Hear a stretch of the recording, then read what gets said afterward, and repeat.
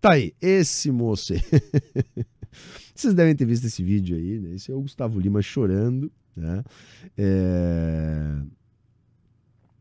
Eu vou passar o videozinho, depois eu vou comentar. O videozinho é bem breve aqui, só pra gente poder fazer alguns comentários. Os meus fãs, por todo o apoio. E pelo amor de Deus, gente, para com essa perseguição em cima de mim. Para de me perseguir. Pelo amor de Deus. Eu só peço isso pra vocês. Mas a gente tá vivendo um mundo, um tempo, uma geração cruel, cara, que vale tudo por mídia, que vale tudo por clique, que vale tudo pra vender uma matéria, tá? Eu já torno a falar mais uma vez, eu não tenho qualquer ligação com dinheiro público. Não. O meu dinheiro vem aqui da minha garganta Saca? O privada. dinheiro vem da tua garganta privada, ele vomita dinheiro, né? Não, ele canta e recebe dinheiro público, tá? E descobriram isso. E, enfim, o peixe morre pela boca. Mas vamos ouvir mais um pouquinho, depois eu vou fazer alguns comentários. Entendeu? A gente trabalha pra caralho. E se um dia eu já fiz um show de prefeitura, como todos os artistas fazem, não é porque a prefeitura X ou Y, porque eu vou deixar de cobrar o meu preço. A única coisa que eu Não, o tenho cara pra pode cobrar o preço que ele quiser. O problema é pregar moral de cueca. Porque toda essa história começou com moral de cueca, né? Dizer, a gente, dinheiro de Lei Rouanet, sendo que a origem da grana que banca os shows desses caras é ainda pior que a origem do dinheiro da Lei Rouanet. vender é a minha música, é a minha arte, é o meu trabalho. Então não me peça de graça a única coisa que eu tenho pra vender, tá? Obrigado. Roubar, que nem a gente fala aqui, vai roubar. Galera, assim, o polêmica começou, né, quando o Zé Neto, lá da dupla Zé Neto Cristiano, foi fazer um monte de críticas da Lei Rouanet, essa coisa, né, eles gostam de falar da Lei Rouanet como se fosse alguma coisa assim. Bom, primeiro que até o princípio da Lei Rouanet é um princípio liberal, né, vamos começar por aí. Eu acho que daria para fazer melhor do que com Lei Rouanet, tá? Eu acho que podia ser investimento direto mesmo, né? Verba para cultura, verba federal, verba estadual, verba municipal, para que os gestores das políticas públicas, né, pudessem determinar nos seus orçamentos e contratar os artistas. Gente, a arte, sobretudo os pequenos artistas, tá? Esses aí são os espertalhões, tá? Eles teriam como se manter de outra maneira, mas o grosso do dinheiro deles mesmo vem das verbas públicas, tá? E isso não é só dos cantores sertanejos, todos eles, tá? Mas enfim, os mais dependentes da grana pública entre os artistas são os pequenos, gente. São os pequenos artistas, que são a esmagadora maioria dos artistas desse Brasil e que precisam de muito incentivo, que precisam de muito apoio e precisam de grana pública. Esses são os maiores beneficiados e deveriam ser os maiores beneficiados. Agora, a Lei Rouanet é um princípio liberal que faz essa parceria com a iniciativa privada, né, para que os artistas consigam captar recursos, né, para trabalhar. E esses recursos captados através da Lei Rouanet, na verdade, eles vêm de renúncias fiscais do Estado. Enquanto que, por exemplo, verba de prefeitura é uma verba direta aplicada nos shows, nos eventos desses caras. Então o Zé Neto, né, foi lá criticar a Lei Rouanet e resolveu criticar também a Anitta. E aí, então, a Anitta começou a fazer também esse debate, isso se transformou num grande debate na internet e começou a ser desenrolado um fio, onde se chegou na grana que essas prefeituras pagam para essas duplas sertanejas, né? Eu não vejo problema nenhum desses caras vender para a prefeitura. O problema, na minha avaliação, é essa turma vender para prefeituras que estão pegando verbas que seriam destinadas à educação, à saúde, para pagar esse tipo de artista. É uma prefeitura de 7, 8 mil habitantes pegar e pagar um cachê de R$1 milhão para um desses artistas. Isso é que está errado, né? A prefeitura contratar artistas não tem problema nenhum.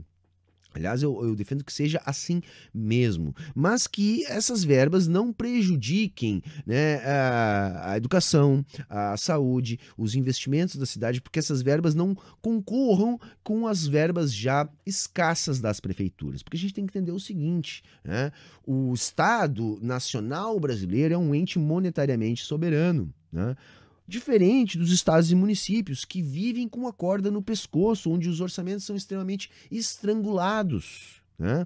Então, quando a gente tem um artista captando recursos da Lei Rouanet, por exemplo, isso não é um problema para o Estado, é uma renúncia fiscal, de fato, mas nós estamos falando de uma renúncia fiscal de um ente monetariamente soberano, o que faz com que isso não haja um impacto negativo significativo nas contas públicas. Ao contrário, isso promova shows, eventos, esses eventos movimentam as economias locais, contratam muita gente. Claro que isso concentra grana na mão desses medalhões, mas para além disso também movimenta as economias, né? Enquanto que quando você pega uma prefeitura de 8 mil habitantes, essa prefeitura desvia a grana que vem do Fundeb, da educação, para pagar 1 milhão, que é uma verba absurda, tá? Para uma prefeitura pequena, para esse tipo de artista fazer um show, bom, aí é lógico que isso está errado. Tá? E aí é lógico que isso está errado. E é por isso que eu digo, o peixe morre pela boca. Esses caras, para entrar nessa aí de defender quem os banca e os patrocina, porque tem uma relação umbilical entre o sertanejo e o agronegócio. Tá? Grandes empresários do agronegócio, tá, estão por trás, né, desses sertanejos. São empresários, são donos de produtoras, são donos de empresas. Por exemplo, só no caso do Gustavo Lima, que apareceu ali chorando, tá? Ele tá chorando por quê? Porque tá rolando uma investigação pra cima dele, que no limite pode o proibir de fazer shows pra prefeitura nos próximos 8 anos. Galera, se esse cara não puder fazer show pra prefeitura nos próximos 8 anos, o baque vai ser violento pra ele. Não acredito que ele vai deixar de fazer shows, mas pelo menos pela metade cai o faturamento dele. É por isso que ele vai chorar, né? Por exemplo, um fundo que administra shows de duplas sertanejas, como o fundo 17, né? Até meio engraçado isso, 17, o número que o Bolsonaro concorreu. Esse fundo, por exemplo, ele toma empréstimos, tá? Junto ao BNDES, né? Para depois vender para prefeituras os seus produtos. Então ele paga adiantado, caras como o Gustavo Lima, e depois vai para as prefeituras. Isso pode ter aí um esquema de corrupção.